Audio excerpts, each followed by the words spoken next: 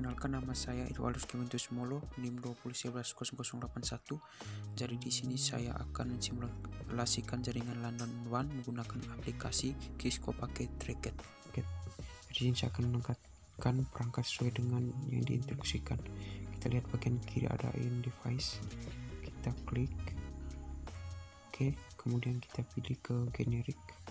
Kita tempatkan di sini. Kemudian bagian sini. Kemudian bagian sini dan di sini. Oke, kemudian di sini saya akan menambahkan server. Kita pilih di in device ke generic, kita tempatkan di atas. Oke, di sini saya akan menambahkan lagi dua buah switch. Jadi kita lihat di switch. Oke, kita klik, tambahkan di sini dan di sebelahnya. Oke, setelah itu di bagian bawahnya ini kita akan tambahkan hub dan beberapa perangkat. Oke, kita lihat di hubs, kita pilih yang generic, kemudian kita tempatkan. Kita pilih in device, kita tambahkan PC. Oke, di generic kita klik lagi, kemudian di in device untuk menambahkan laptop kita klik yang generic. Oke, di sebelah kanannya ini saya akan menambahkan beberapa perangkat lagi. Di sini saya akan menambahkan access point. Jadi kita klik ke wireless devices, klik. Oke, kita tempatkan. Kemudian kita akan menambahkan server lagi ya. Server lagi, kemudian kita lihat di bagian bawah di in device, kita pilih yang generic, kita tempatkan di bagian atas. Oke, selanjutnya saya akan menambahkan beberapa perangkat seperti laptop, smartphone, dan tablet PC.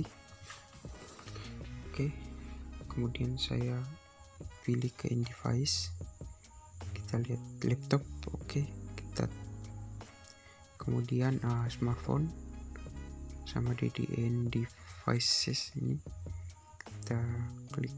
Oke, kemudian kita akan tambahkan tablet PC, kita di in devices. Oke, kemudian di tablet PC. Oke ya, jadi semua perangkat ini telah ditempatkan. Sekarang saya akan menghubungkan perangkat ini, semua perangkat dengan tipe kabel sesuai dengan perangkat masing-masing. Di sini kita lihat di tanda petir. Oke, kita menggunakan kabel strike untuk menghubungkan antara switch dengan komputer. Kita klik di PC, internet.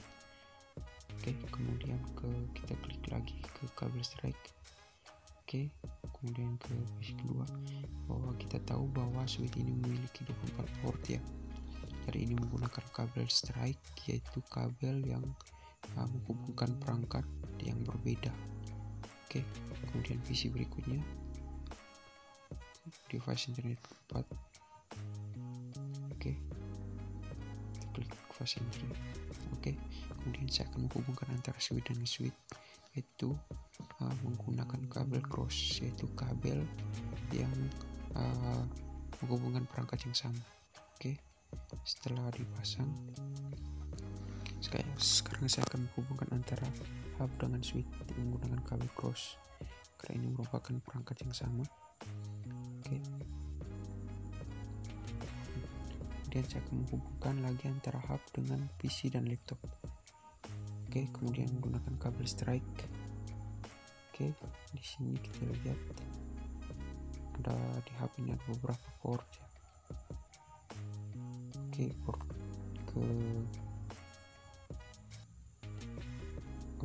kemudian port yang ketiga.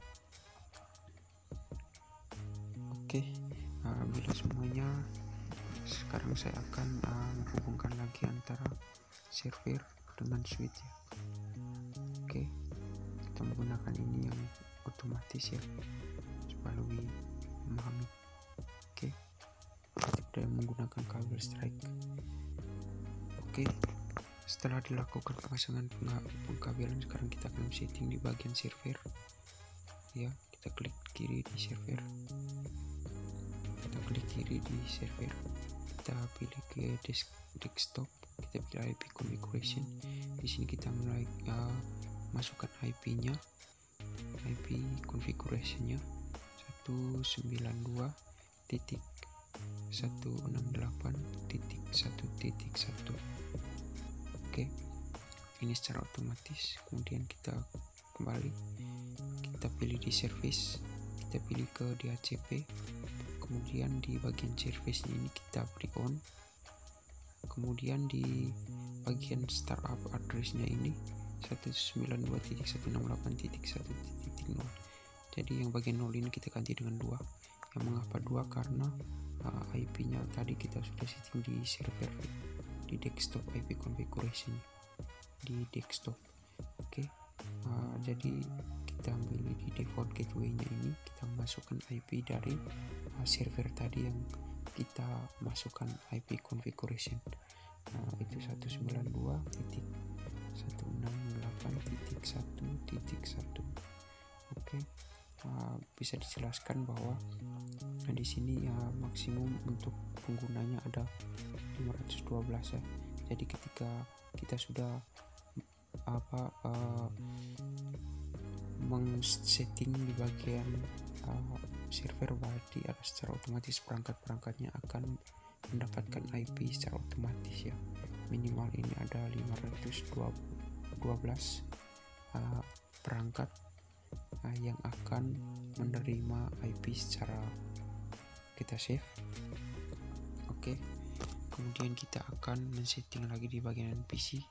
Oke, kita lihat ke desktop, kita IP lagi di DHCP ya.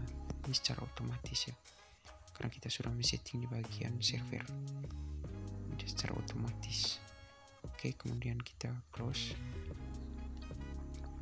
kemudian kita PC kedua, kita ke desktop IP configuration, kita pilih DHCP. Oke, ini secara otomatis. Kita close lagi, kemudian ke PC berikutnya, ke desktop IP configuration DHCP. Oke, menunggu ya, ini secara otomatis. Kita close, kemudian di PC berikutnya kita ke desktop, ke IP configuration DHCP. Oke, close, kemudian isi PC berikutnya ya, seperti yang dijelaskan tadi ya, bahwa dia secara otomatis ya, karena kita sudah men-setting di bagian server tadi. Oke, desktop IP configuration DHCP. Oke, close, kemudian di laptop ya, seperti sama ya, desktop IP configuration DHCP. Oke, kita close.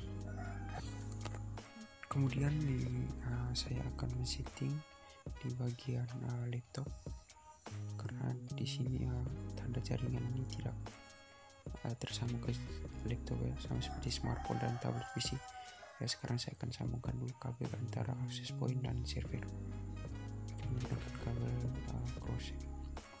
Oke, kita lihat, klik ke laptop. Sebelumnya kita off dulu ya, kemudian kita akan memindahkan perangkat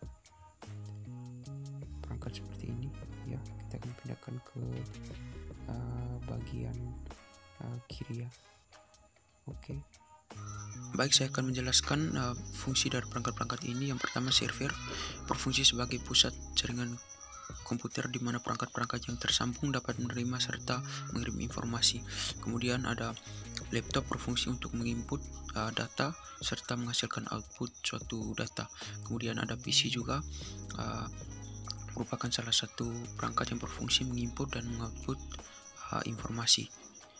Kemudian ada smartphone, berfungsi sebagai media untuk penyimpanan foto, video dan gambar, dan juga sebagai jaringan untuk menghubungkan antara jaringan internet juga bisa. Kemudian ada access point berfungsi untuk sebagai penguat jaringan. Kemudian ada switch dan hub, sudah merupakan hampir sama ya, berfungsi untuk mengirim informasi ke PC yang lain, tapi antara switch dan hub ini ada berbeda. Switch mengirim informasi dari PC yang satu ke PC yang lain, sedangkan PC yang lain yang tersambung tidak menerima informasi. Sedangkan hub, jika PC atau perangkat mengirim informasi, berarti perangkat lain menerima informasi tersebut. Baik, setelah saya sudah menjelaskan, sekarang saya akan mensimulasikan antara perangkat yang satu dengan perangkat yang lain. Saya akan mencoba mengirim informasi atau pesan dari perangkat satu ke perangkat yang lain. Kemudian kita lihat di bagian kanan, kita klik, kita coba mengirim dari PC pertama ke PC ketiga. Ya, sukses ya. Kemudian kita coba lagi, kita mengirim dari PC yang kedua ke PC yang keempat, sukses. Kemudian kita akan simulasikan lagi, kita mengirim dari PC 3 ke PC 6, sukses ya. Jadi simulasi ini berjalan sukses. Baik, jadi di sini saya akan mensimulasikan, saya akan mencoba mengirim pesan dari tablet PC ke smartphone ya. Oke, jika akan mencoba mengirim pesan dari tablet PC ke smartphone. Oke, sukses. Jadi itu saja simulasi mengenai jaringan LAN dan WAN. Sekian dan terima kasih.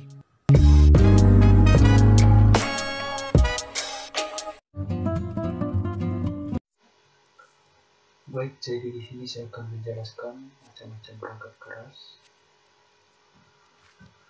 Yang pertama itu fan. Fungsi utama dari sebuah kipas komputer adalah mengeluarkan panas dan menggantikan teguran sekitar dalam sistem. Kelebihan menggunakan CF atau fan lebih aman pada saat fan rusak panas dari prosesor atau CPU atau GPU masih dapat ditahan oleh heatsink. Tergantung ukuran fisik heatsink, harga relatif lebih murah dari water cooling dengan thermal design power (TDP) yang sama tergantung merek. Heatsink fan 8 tipe dual fan with PWM.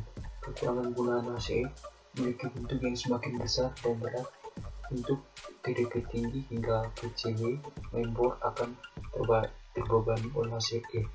Untuk ACF yang berukuran besar terkadang pemasangan sedikit mengganggu dengan tinggi yang berakibat casing PC tidak bisa ditutup dan lebar mengganggu slot untuk RAM. Pada saat RAM dipasang, slot panas yang keluar dari heatsink tidak langsung dibuang keluar casing PC sehingga cooling lebih lambat. Kemudian ada RAM digunakan fungsinya untuk menyimpan data primer sebagai memori utama. Sebaliknya, jika kapasitas RAM besar, kelebihan dan kekurangan RAM, kelebihannya dapat menyimpan data dengan mudah dan praktis, membuat penyimpanan data sehingga tidak memerlukan banyak buka. Memori seperti flash disk mudah dibawa kemana-mana. Ukuran memori yang kecil dapat menampung data yang sangat besar sesuai kapasitas memori. Bentuk jenis kapasitas dan ukuran beragam sesuai yang kita butuhkan. Kekurangan memori, harga memori terlalu mahal menurut golongan masyarakat menengah ke bawah. Memori digunakan hanya oleh golongan tertentu, banyak sosialisasi penggunaan memori hingga sulit untuk digunakan oleh orang awam. Data dapat hilang bila memori rusak atau terkena virus dan sebagainya.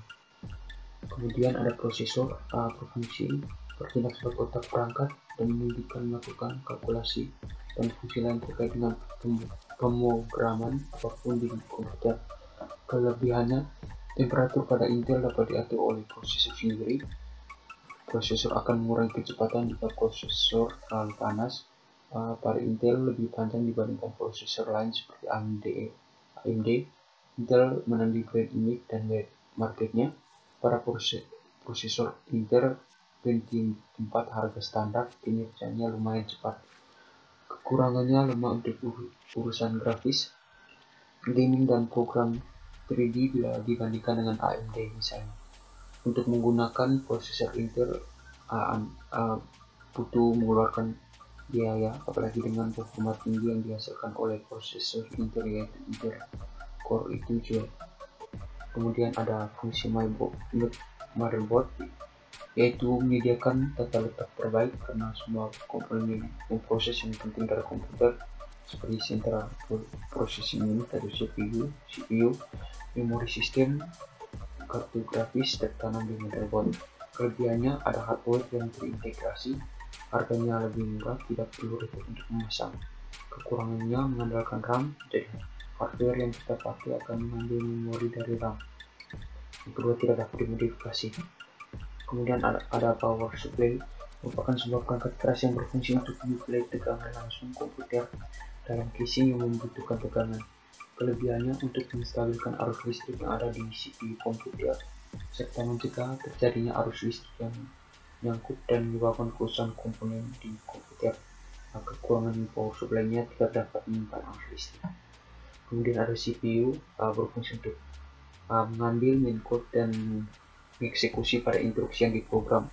Kelebihannya mengatur dan mengendalikan alat-alat input output, mampu mengambil instruksi dari memori utama, mengambil data dari memori utama untuk diproses, mengawasi kerja, dan menyimpan hasil proses ke memori utama.